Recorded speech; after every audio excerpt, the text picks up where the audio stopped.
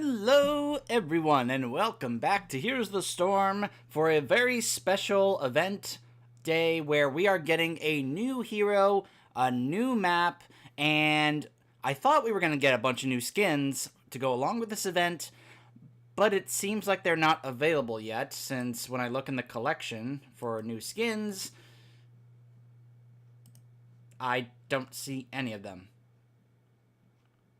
So I don't know, I guess maybe they're just not available yet for some reason. But anyway, I can guarantee we're going to go over the new hero. I cannot guarantee we're going to go over the new map because I just checked and it's not available to be selected in custom games yet. I don't understand why they would keep it from being available in custom games. Wouldn't you want people to have that available so they could perhaps learn the new map quicker? But anyway, we can, however, take a look at the new hero added to the roster, and that is Yrel, as I recall them saying that's how it's pronounced in the Spotlight video, Yrel. She is a melee warrior, light of hope. After traveling to an alternate Draenor, the forces of Azeroth saved the acolyte Yrel from the Iron Horde. With their aid, she rose to the rank of Exarch and fought back the demonic invasion of her world. Now she finds herself where time, space, and dimensions converge. The Nexus. So yeah, apparently she was introduced in Warlords of Draenor. That must have been the Alliance side of the story, because I only experienced the Horde side of the story. So I don't recall that much about Yrel in my time when I did play Warlords of Draenor, going through in my main playthrough. You can see some of the stuff I went through in my main Orc Shaman playthrough of World of Warcraft, where I showed some of the story stuff and talked about some of the story stuff in Warlords of Draenor, but I just don't recall her character. But I do recall seeing her in bits here and there in Legion, which I guess perhaps she played a bigger role in that expansion, maybe. I don't know much about her character that much. But anyway, that's not what we're here to talk about. We're here to talk about mainly how she fits in this game, what her kit is like. She is a melee warrior. They said in the video that she was a tank, which I find interesting because she comes across to me more as a bruiser instead of a straight-up tank, but we'll go over that. So let's start with her skins. This is her default look in her paladin armor with that big hammer weapon. Sorry if it's like a giant club, I guess. I don't know what it's called. Forgive me on that. But that's her default look. This is Blood Mist Yrel. This is Crystal Forged Yrel. Very stylish with the purple. Silver Hand Yrel. Dream Knight Yrel. And then we get to the alternate skins. Mad Jester Yrel, which is basically, I guess, her being Harley Quinn. I mean, look, it's a big hammer with a winky face. If that's not Harley Quinn, I don't know what is. Oh, now this one, Sparkle Jester Yrel with a unicorn. And then Mad Harlequin Yrel with the devil horns on top. It's basically Harley Quinn if she got pissed off. Kind of like how she was in that DLC in Arkham City. Alright, now let's talk about her base kit. It's very interesting. Vindication. 50 mana, 6-second cooldown. Unleash holy energy around Yrel, dealing 42 damage to nearby enemies and healing her for 96. Charging up this ability increases its damage up to 140 and healing up to 320. Remember that, the charging up thing. Righteous Hammer. Okay, it's a hammer. 50 mana, 6-second cooldown. Notice it's the exact same thing here. Swing Yrel's hammer, dealing 38 damage to enemies in front of her and knocking them away. Charging up this ability increases its knockback distance and damage up to 125. Enemies hit at maximum charge are stunned for 0.75 seconds. Avenging Wrath, 50 mana, 6-second cooldown. Leap to a location, dealing 150 damage to enemies in an area and slowing them by 50% for 1 second. Charging up this ability increases its range. So notice something here about all three of these baseline abilities. They all have cost the same mana, and they all have a 6-second cooldown, and they all require, well, they don't require. You can go ahead and just activate them real quick if you want. But to get the most out of them, the most, like, value, so to speak, you got to charge them up. So they require you to channel them. Let's look at her trait. It's a 10-second cooldown called Divine Purpose. Activate to instantly charge Yrel's next basic ability at no mana cost. Yrel's basic abilities charge up over 1.5 seconds, increasing its effectiveness, but reducing Yrel's movement speed by 25%. So, she is a warrior that relies on her abilities and charging them up in order to get what she can out of them. But that makes it seem like if she gets attacked by constant crowd control, she's not going to be able to get any of her abilities done. Like, if you see her charging up, you can either stun or silence her, and that's it. She can't do anything about it. It seems, anyway. However, there are a couple of cool heroics here. Ardent Defender, 40 mana, 100-second cooldown. Surround Yrel in a barrier for 3 seconds, absorbing all damage taken and healing her for 50% of the damage received. So it's basically like Medivh's protection now, currently, where you get protection plus you get some healing out of it. That's basically what it is. So it's yet another ability to counter other big heroics like Kael'thas's Pyroblast. And again, this is why I don't take Pyroblast, because there are so many different ways to counter it. This is yet another heroic or ability that can counter Pyroblast. As well as other different heroics that you can think of that this would completely counter. Because this, it says it absorbs all damage, meaning she's well, maybe not invulnerable, but she doesn't take any damage. She absorbs all of it and heals for it, so. Here's the other one. 40 mana, 40-second cooldown.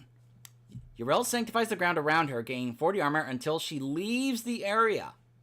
Meaning there's no time duration on this. That will stay on the ground for as long as she stays in there, in that area. And by the way, the cooldown goes ahead and keeps counting down. So she could theoretically stay in there for 40 seconds, leave, and then put it down again immediately. That's pretty strong. I think so, anyway. Her talent tree. This is where it gets interesting but a little confusing, at least for me, because when I was messing with her in the PTR, I don't think I could ever, like nothing came to mind instantly where I was like, oh, that's the build I want to go with. It was like, I don't really know what build to go with here. Light of Caribor. Increase Vindication's radius by 50%. Vindication's healing is increased by 20% per enemy hero hit. Dauntless. Casting a basic ability grants Yrel 35 physical armor for 2 seconds. Maraud's Insight. After casting a basic ability, Yrel's next basic attack heals her for 148. Now, her basic attack speed is not that fast, if I recall. It was like, what was it, like less than 1 attack a second or something like that? So when you think about, she's not a basic attack machine like Tychus or Trace or anything like that.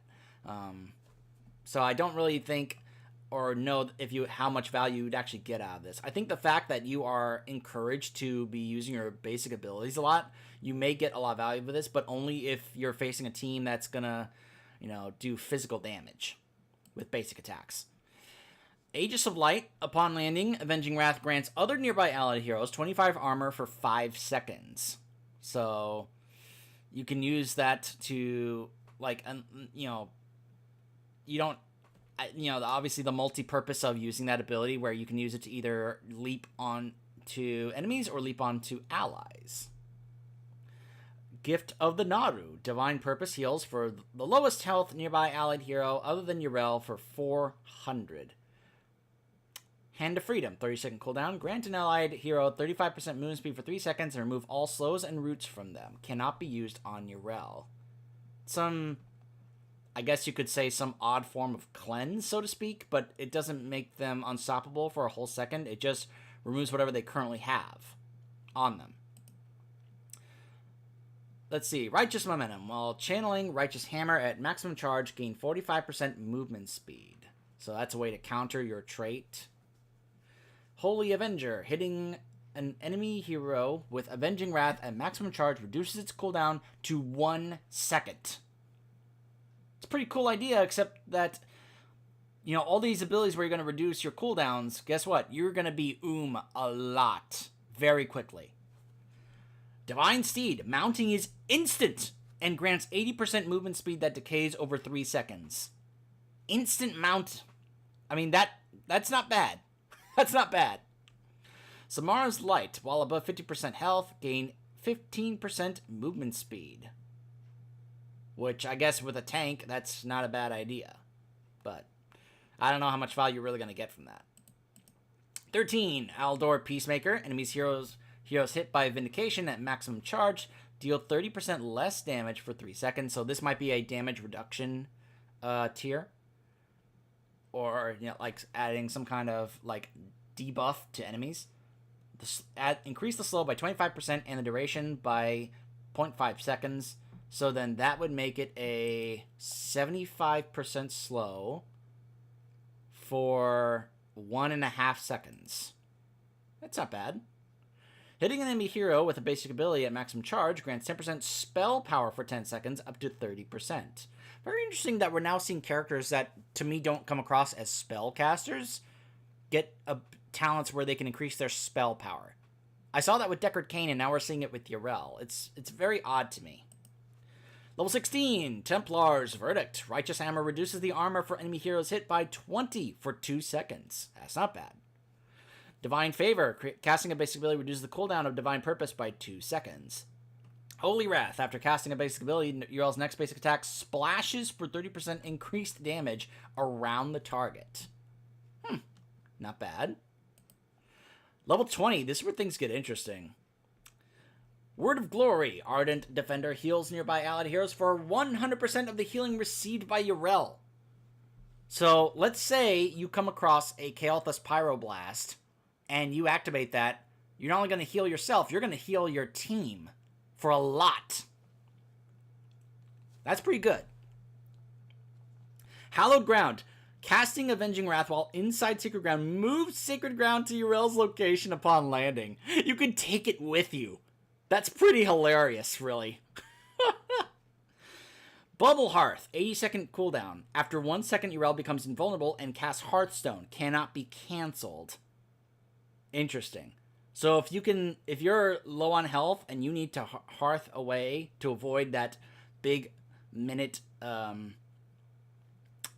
waiting period where you're dead, just get somewhere for 1 second, cast it, and then you will hearth right in front of your enemies, and they can't do a thing about it, and neither can you, because you can't cancel it, and neither can they. Seraphim, 10-second cooldown. Activate to become unstoppable for 2 seconds. So it's Garrosh's talent that he gets at level 4. But this one has a 10-second cooldown. That's pretty good. That's pretty good. I can definitely see people doing that if they go up against a ton of crowd control. Which, considering that her kit relies on her not being hit by crowd control, I'd say that's a pretty strong talent to take. So, a lot of strong talents in here, but it's hard for me to be like, this is my clear definitive build. I think I would like either of these. I think I would like either of these. I really like Divine Steed. Mounting instantly, I think, is pretty good, especially to help you get around the map quicker, especially a big map. I like this for the armor and the fact that it's a 40-second cooldown. You'll be able to get more out of it. Unless, of course, you're going up against a really strong damage-dealing heroic in which you can be able to get that 3-second period. But the fact that it's a 100-second cooldown, that's pretty rough. You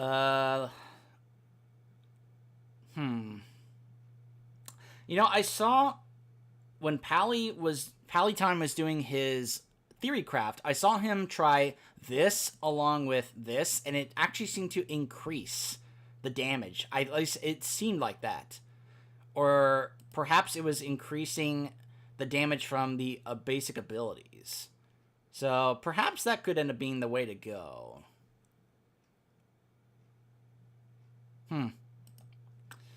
And I do kind of like Holy Wrath here. I like that splash damage there.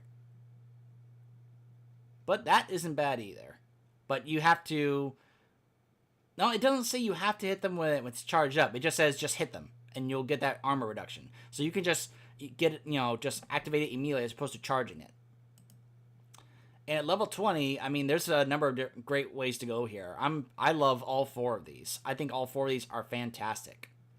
So, let's go ahead and take a look at Yrel in action. Again, I cannot guarantee, by the way, look at the background, because the event has to do with a Warcraft-themed event. I think it's the Alterac Pass, or Battle of Alterac, I think it was called, where we get a new map, which is... It looks like it takes place in Warlords of Draenor. And, of course... When you start this up, it'll ask you, what is your allegiance? What is your side? Do you fight for the Horde, or do you fight for the Alliance? And of course, I fight for the Horde, Loktar Ogar.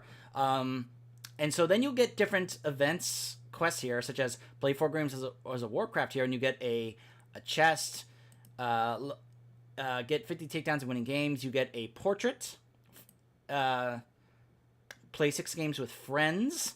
You get a war banner. In my case, it'll be Orgrimmar. I'm sure for the Alliance side, it'll be Stormwind or something like that. And then win 8 games as a Warcraft hero, you get a mount. For the Horde, it's a Swift Frostwolf. They are basically what I think I've been seeing, because if you go to the PTR, or at least this past week, you were able to, anytime you queued up for a match, you got the new map. So... here's fingers crossed that I can get the new map to show it to you guys, because I really like it. As a, in terms of a Warcraft map, I think it's really cool. Let me turn the sound on here.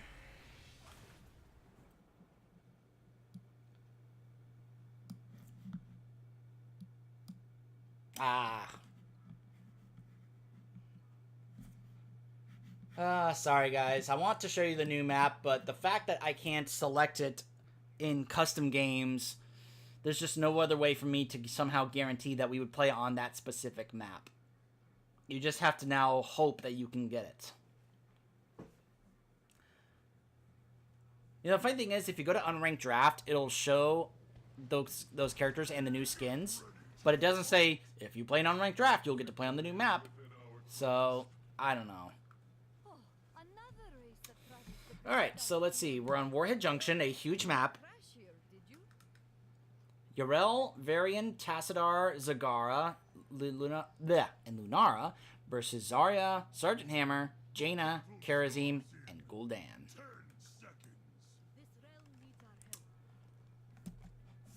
The physical armor would help against Sergeant Hammer.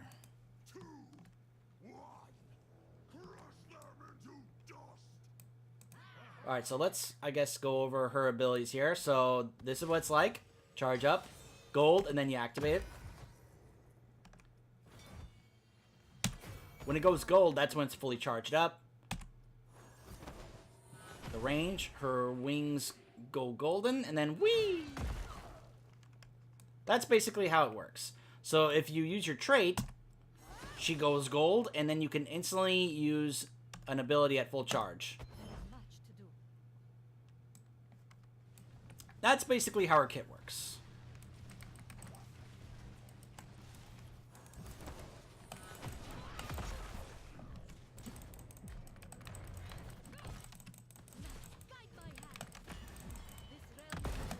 Ugh. AI Sergeant Hammer can be so annoying at times.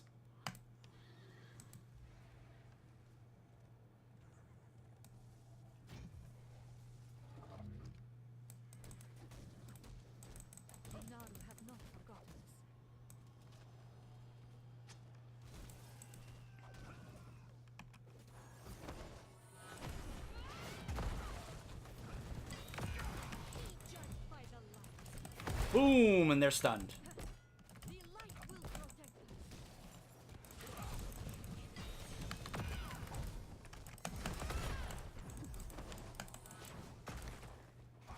Use that to try and escape, and then you can be able to go there.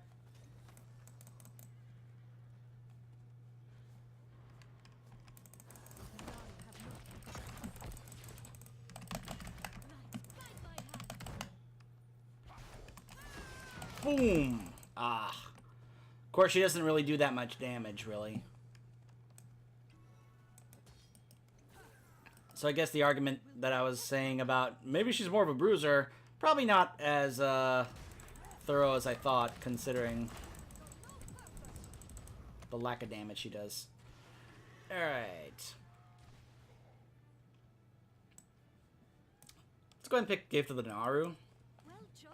Since we lack an actual healer, and I can be able to use this to try and heal an ally. It's a every 10-second cooldown though, so. Of course, I do find it interesting that now we have 2 paladins in this game. Unless someone corrects me and says, no, Yrel's not actually a paladin. And then I thought in the Spotlight video they did say she was a paladin. I could be wrong, but I thought they said that she was a paladin. And if so, that would mean that she and Uther are now 2 paladins in this game.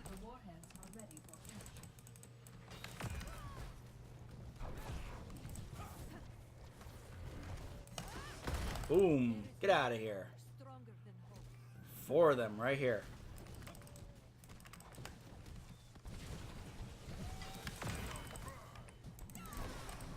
Boom! I stunned all 3 of them.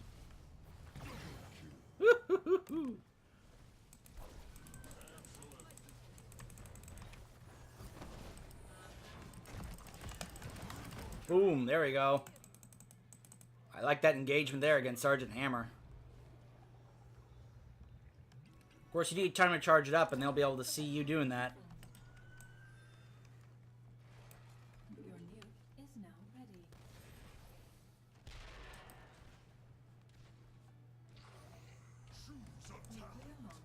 Okay. Divine Steed, especially for a map this big. I mean, yeah, the 80% movement speed does decay, but sometimes being able to mount up instantly is pretty handy.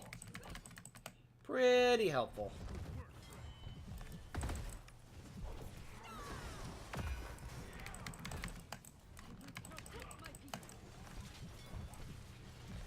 Boom. Knock Hammer away and get that stun. Mount up instantly so I can quickly get back to the sippy cup. There's a nuke just sitting there in front of the gate.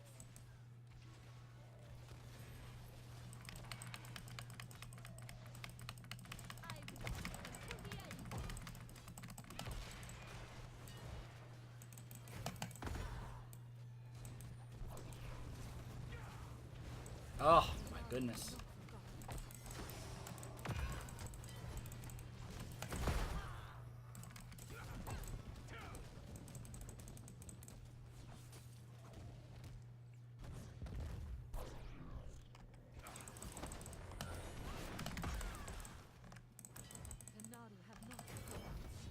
Oh, that was... Alright, the mistake I made there... Oh, hold on. There we go. Got him. Shouldn't spam Z there because that caused me to dismount.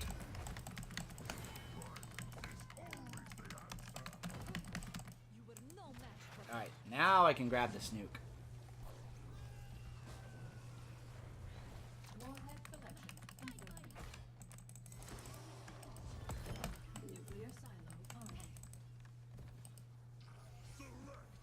Alright. So...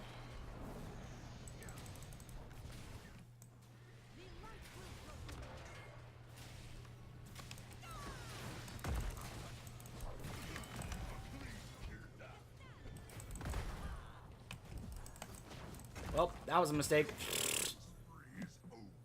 You know, I probably could have taken our defender there and used that to absorb all that damage from the fort. To heal myself, maybe?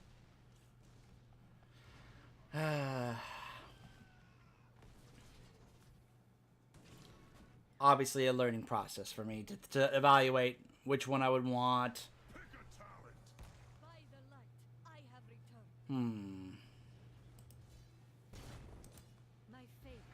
I kind of want to wait and see what each of them take.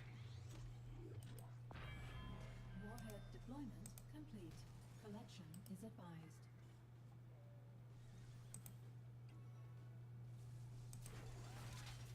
Let's see.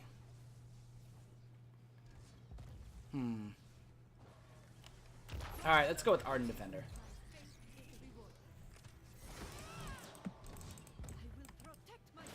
Oh! Do you see that? Sergeant Hammer knocked me in the air as I was leaping. Well, that's important to point out, is that Avenging Wrath does not make you unstoppable while you're flying through the air. All warheads have been claimed. So that is important to know.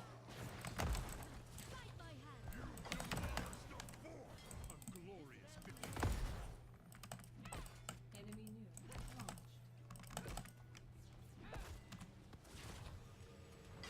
And yes, that does do damage to minion waves. So that's like pretty much her only form of wave clear. I mean, you can use Righteous Hammer, but it's not going to get that much done, really.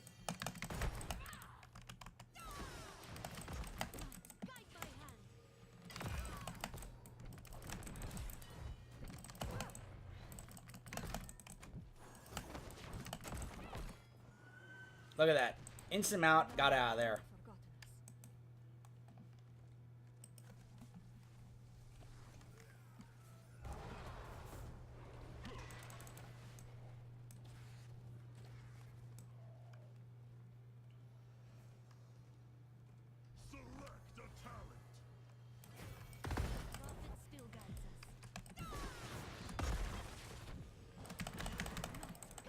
Alright, let's see. Level 13.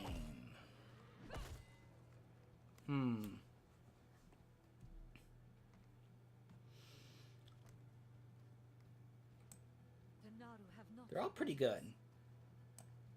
Let's go ahead and pick this and see how... Ah, you can see that little indicator there.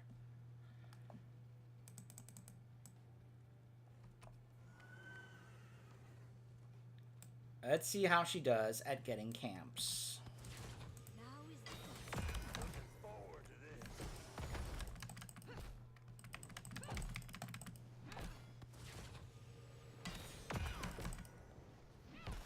Well, with that Q, she can sustain herself. You see the healing?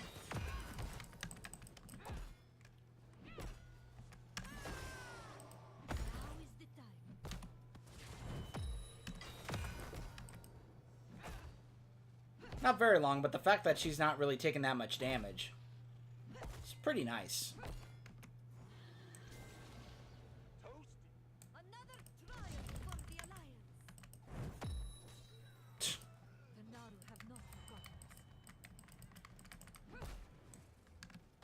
Warheads inbound. Countdown activated.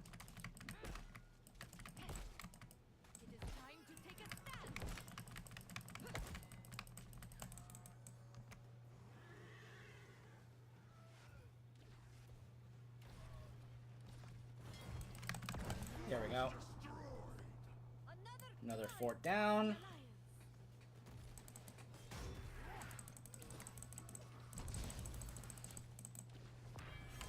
Warheads available for collection now. Oh. The fact that it does slow down your movement speed really hurts it if you want to chase. Oh, man. See how Holy Wrath does here. Warhead collection complete. Preparing for next round.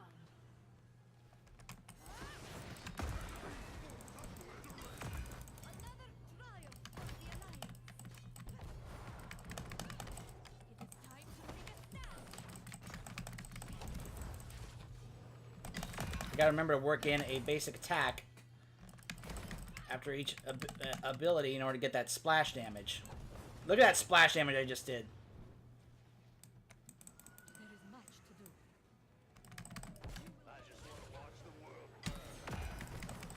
Tassadar, come on, help me.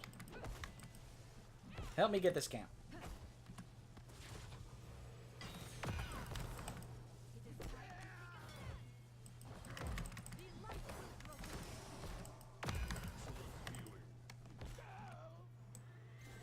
I do like that splash damage.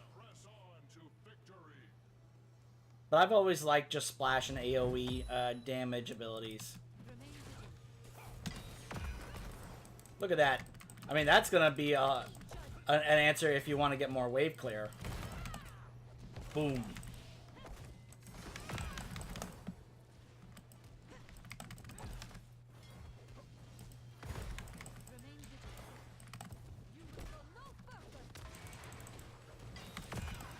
Oh!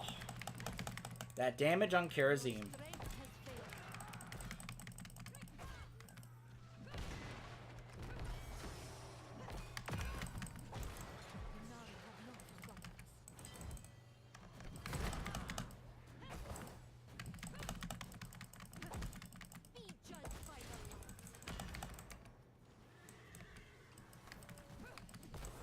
Whew.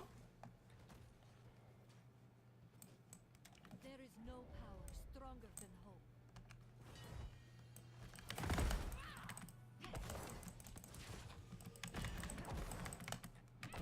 That Holy Wrath does provide quite a bit of AoE splash damage there to minion waves, so that's pretty much, I think, going to be one of your main ways. Plus, I think does it stack with Velen's Chosen?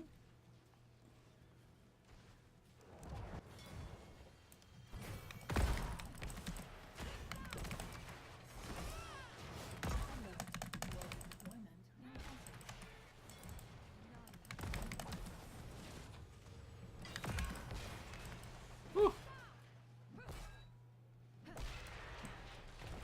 And then mounting, instantly just get away. Oh, I love that. Divine Steed may not be a super flashy talent or anything, but man, I just like the idea of being able to instantly mount. Like, Rhaegar is like one of the only other few characters, or one of the only other characters in this game that has that capability. My faith drives me. Nuclear silo armed.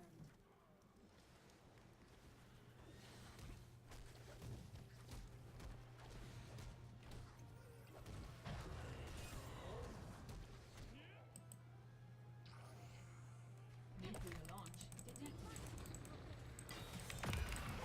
Whew. Mobile connection completed. Alright, let's see here. Bubble Hearth, let's check this out. Like, oh no, I'm in trouble. And then I can just boop. So even if they did come over here and find me at low health, they wouldn't be able to do anything about it. Because I would be gone, and I'd be able to heal up, and I'd be ready to come back out. I can see people doing that a lot. I can see that being a very popular strategy, at least in quick match. I don't think it's going to be a... I don't know if it's going to be a popular strategy in ranked or pro play, but in quick match, yeah, I'm pretty sure that's going to be the case. Woo!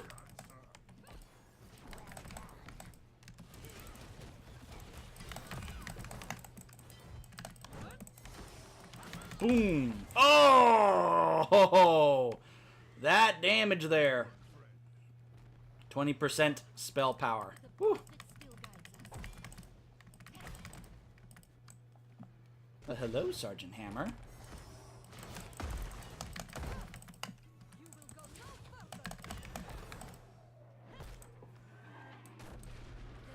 You just... Well, you nuked that keep and it still didn't go down. Come on, minions! Come with me so we can finish this keep.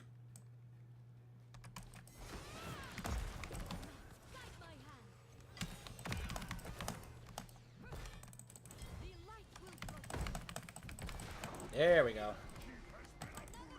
And then I instantly mount and I'm gone. Ha ha ha ha!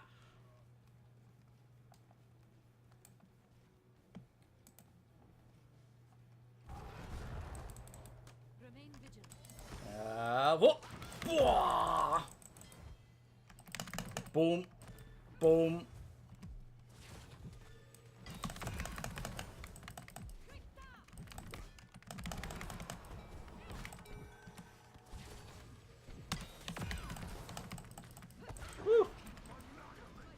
use that to fight underneath the fort if you want. And if you take the level 20 upgrade with your team there, you're going to be able to just heal a bunch of damage there. Oh, boy.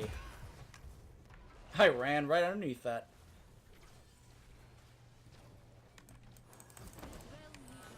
Bwah!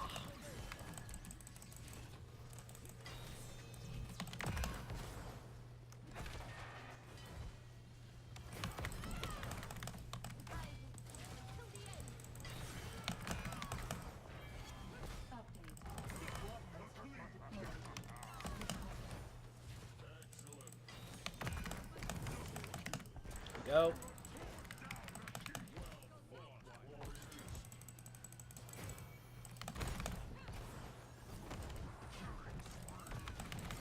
Woo! Man, you work a basic attack in there with all that much splash AoE damage. Ooh. See, that's where the damage for Yrel comes into play, for me anyway. Look at that siege damage I've done with a melee warrior. Now, this is partly because of my playstyle. I'm not one who goes out that much and seeks out fights. I like to go soak XP and lanes for my team. So, this may not be the way you're supposed to play Yrel, but I was trying to come up with some kind of interesting build. And I think I found a build that can get you a lot of AoE wave clear if you want it. I like this improved victory screen. MVP. But can't vote for myself anymore. Can't vote for yourself anymore. You have to vote for your teammates. But there's still no incentive to vote, though. There's still no, like, vote for this many times for a teammate or have this get this many votes and you get this kind of reward or something. Nope, nothing. There needs to be... Taking away your ability to vote for yourself doesn't change anything. You have to give some kind of incentive for people to vote. Alright. I'd say that was pretty good. Pretty strong amount of damage taken. Of course, that's a lot of XP and such, but that's only because that's how I was playing. I'm not saying this is a strong go-to build. It's just kind of a build that I came up with that I thought could work for me in that situation. So the build I went with today, if you want to try it out yourself, Dauntless. Though I don't really think I got that much value from it. I probably would have gotten more value from the basic, the fact that I was then trying to work basic attacks in. I probably would have gotten more out of the one where you heal from your basic attacks after using a basic ability. And no, taking this and this does not increase the amount of healing you get. I already saw that done with Palatime's Theorycraft video. Gift of the Naru, though I don't think I ever used that in that manner. Divine Steed, which I love that talent. Ardent Defender, I think I did one good use out of it to try and get that fort, though some of you probably would say that's not a good use. But Velen's Chosen, Holy Wrath, and Bubble Hearth, I only took that just to kind of show the idea of how it could work. I don't know if that's going to be the way to go. I have a feeling the Unstoppable for 2 seconds is going to be the way other people are going to go, especially for late game fights. To give yourself an Unstoppable status against a lot of crowd control, I think can be really good, especially if you're wanting to take some time to channel your abilities. All right, let's see. Loot chest.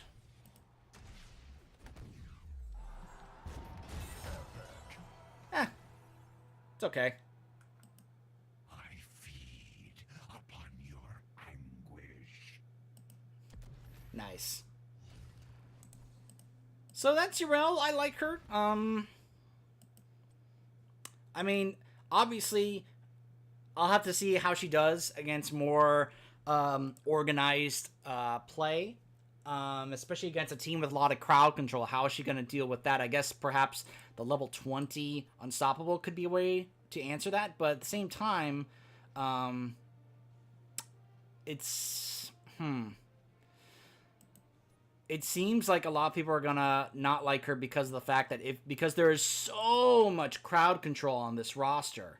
There's crowd control so much. whether it's a stun or a silence, they are everywhere. And if she runs into a bunch of that, she's not going to be able to use her abilities all that much in terms of fully charging them, because they will stun or silence her as soon as they see her charging it up. So I like the idea of her character. I'm just not sure how strong her character is actually going to be, with the fact that there's so much crowd control in this game, and it seems like her kit is made to be interfered with lots of crowd control. But I do like the idea of her character. I'm really sad that and sorry that I wasn't able to show you guys the new map. I was really hoping I would get it because, again, as I said, you cannot select the new map here in custom games. I don't understand why. Wouldn't it be a good idea to make the new map available in custom games so that people can be able to play it and practice on it to get a better feel and understanding for the map, so that way when they encounter it either in quick match or even in ranked play, that they know what to do and know which characters are good on that map? I don't know. Maybe people, maybe someone out there is going to think I'm completely wrong on that, but that's just my thought on that. That's, if you didn't get to practice on it like I did in PTR, that would be a way to go, because really this doesn't really tell me if perhaps you can play on the new map. It's just kind of showing the new stuff. These are some of the new skins, by the way. That's a Varian right there. That's a great skin. I believe that's Muradin. That's Garrosh. Look at those skins. That is Johanna. That is Rhaegar, and that is Junkrat. Tell me those are not great looking skins. Oh, so great. Fantastic skins. I cannot wait to get some of those. But, yeah, I like Yrel. I just need to see more from her in terms of how she does against various different kinds of heroes and teams that have lots of crowd control.